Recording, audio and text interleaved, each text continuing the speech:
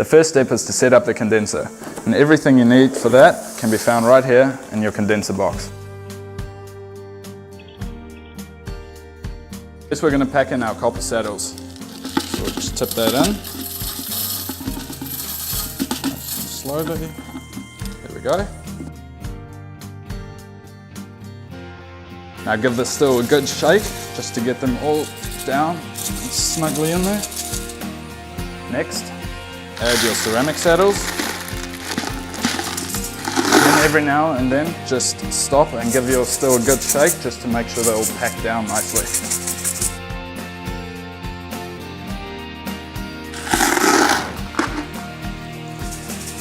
And you want to pack them in to just below the thread.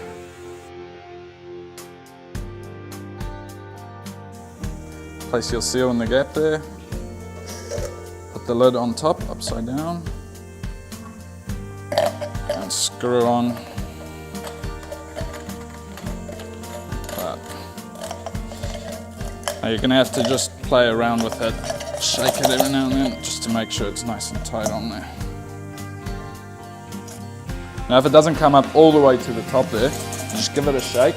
And you can see, grab some of the smaller ones in there and you can just add them in through those gaps there. Just push them in until all the saddles are in nice and tight. Now if you don't do this step and get this all the way to the top there, the copper saddles, once tipped up the right way up, will fall down, and it's very important that the copper saddles are right at the top there. So in your pack you will find 4 different hoses. Firstly, take the shortest hose, just connect that to the top, 2 parts there. Next, take the skinny transparent hose, connect that to the water inlet. Next step, the fatter transparent hose, this is the water outlet. Finally, a white opaque hose, and this is the beverage tube where your spirits will come out.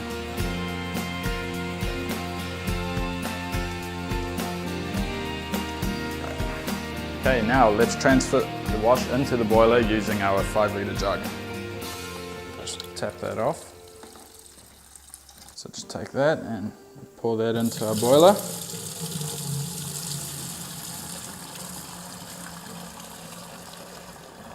Keep repeating this until all your wash has gone from fermenter into your boiler. So we're just going to keep transferring all the nice clear wash into the boiler. All that should be left behind is the carbon and yeast that's right at the bottom now.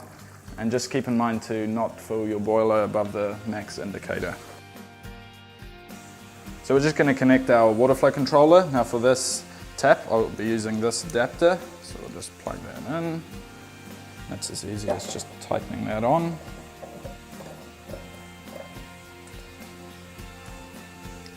All the way. Now we can just open the tap, and we can open it all the way. So the water flow will just be adjusted by this needle valve here. And just as you can see, by turning it, I get more and less flow. So I've just turned the boiler on. This will take about an hour to heat up, so while that's going, I'm going to be adding 3 capfuls of distilling conditioner and the ceramic boil enhancers, and this will just prevent surge boiling and foaming while the still is running. Okay, so we'll just close that, and we'll just pop this into its casing from the front there, so get that through.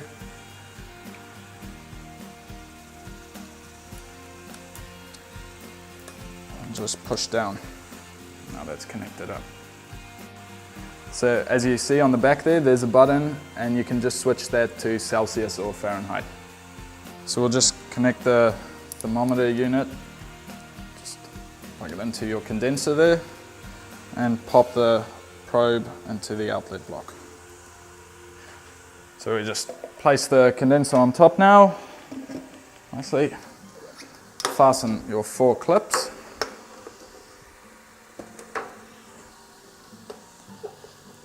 And get the hoses set up. So just a quick recap here. From your condenser unit, you've got your skinny tube. This is your water inlet. Right on the other side, the fat tube, that's your water outlet. So let's just take that skinny tube and we'll connect that onto our water flow controller. Push that in. Okay, and let's give this a test. So just open your water flow controller slowly. See, water will start going. It'll go through your condenser, through the top there.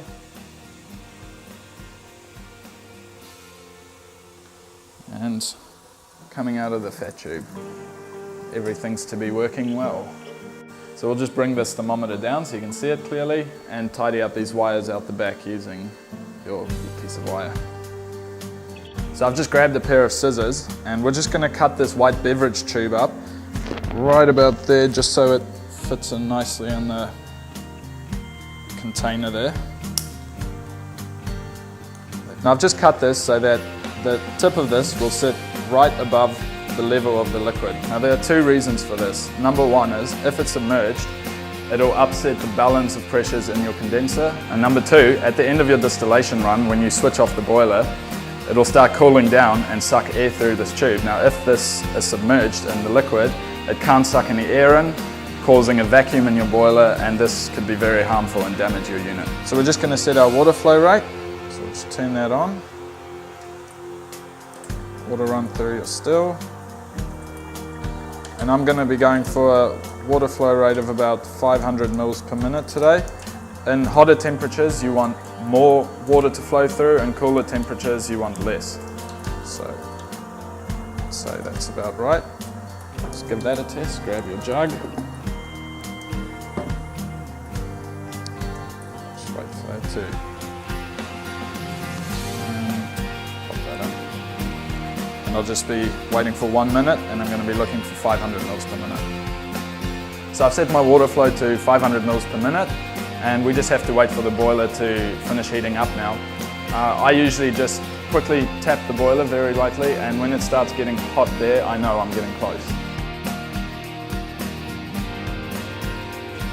So we're up to temperature now, we're at 61 degrees. We're going to try and maintain it at 60 degrees, and we'll just do that by adjusting the water flow. And we'll start, oh there we go, we've got alcohol coming out now. So it's very important to collect the first 50 mils and then discard that, because that contains most of your unwanted lighter alcohols that come off first. So I've collected my first 50 mils there, and I'll just be discarding this. So just get your jug and place it under there. Get rid of this. Cool, and from here you can collect. So I've collected 3.5 litres now. Ethanol is virtually stopped coming out of the tube there. And the beauty of this still is once you have no more alcohol left in your wash, the still pretty much shuts itself off, so you know you're done. So I'll just unplug it now. The wall outlet. I can turn the water off, and that concludes distilling.